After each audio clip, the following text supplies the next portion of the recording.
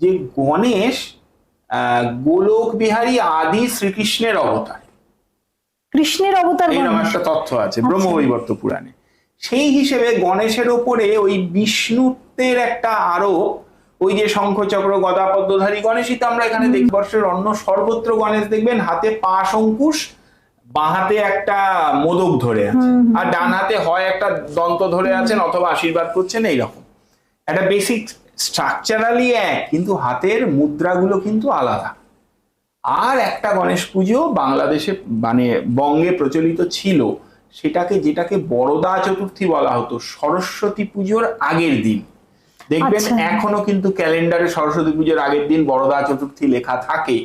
কিন্তু এই বড়দা চতুর্থীর পূজা কিন্তু মানে চতুর্থীর সঙ্গে গণেশের একটা কানেকশন, এটা কিন্তু বাঙালির কাছে ছিল মাঘ মাসের শুক্লাপক্ষের চতুর্থীতে। গাণপত্য সম্প্রদায়, তাদের কাছে কিন্তু প্রতি মাসের শুক্লপক্ষের চতুর্থী তিথি গণেশ চতুর্থী। লিস্টেড শখানেকের ওপর রূপ এমনি গড়গড় করে বলা যাবে।